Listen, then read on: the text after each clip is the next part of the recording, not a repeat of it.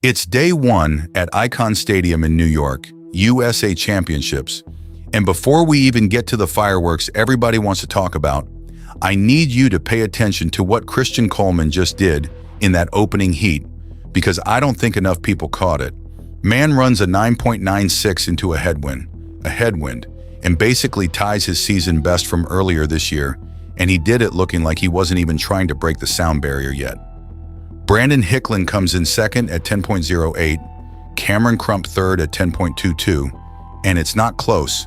Coleman is the class of that heat, and everybody else is playing catch-up. And here's the thing, this isn't Coleman coming out loud, talking about how he's back and how he's going to take down the world. This is quiet.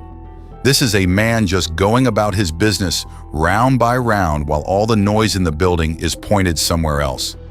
Listen to what he actually said after that heat, because this is where the real story is, not the clock. He said he broke 10 seconds without even hitting the gas the way he knows he can, and that right there should scare people more than the time itself.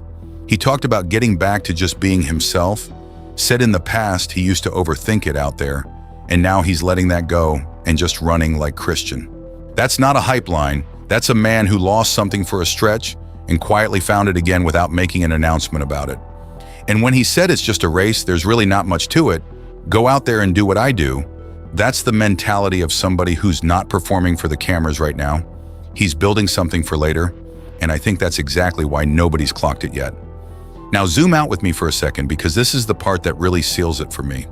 This year is an off year on paper. No Olympics, no World Championships, so a lot of guys are treating 2026 like a breather. Easing up, resetting the body, saving themselves. Coleman flat out said it himself. Some people take an off year as a year to not do stuff, and he's not doing that. He's doubling the 100 and the 200 this whole season. He's staying in shape all the way through to World Ultimate at the end of the year, and he said straight up he plans to win that.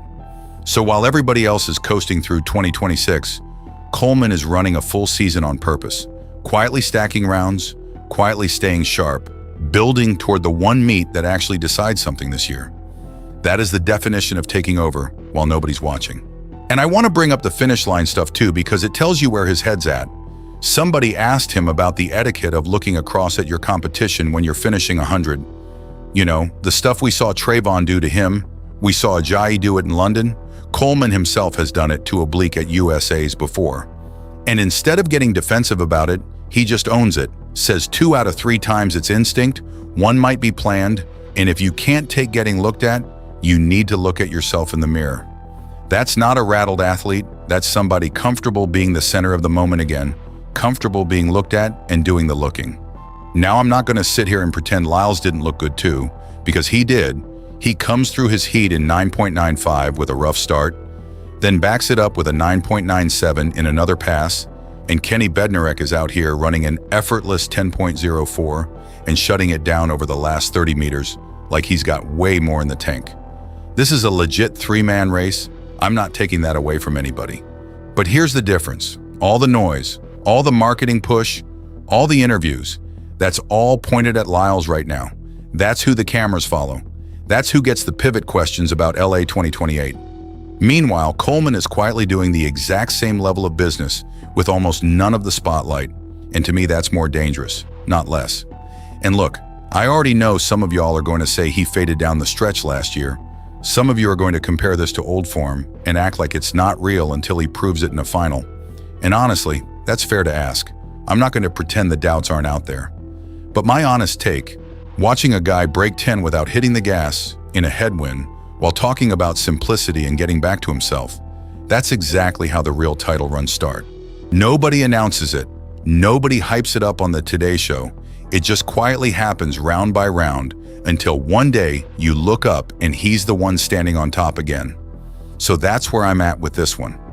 While the cameras chase Noah Lyles and everybody debates World Ultimate, in LA 2028, Christian Coleman is out here building a full, disciplined, intentional season, one heat at a time, with his eyes locked on winning at the end of the year, and almost nobody outside of us is paying attention to it.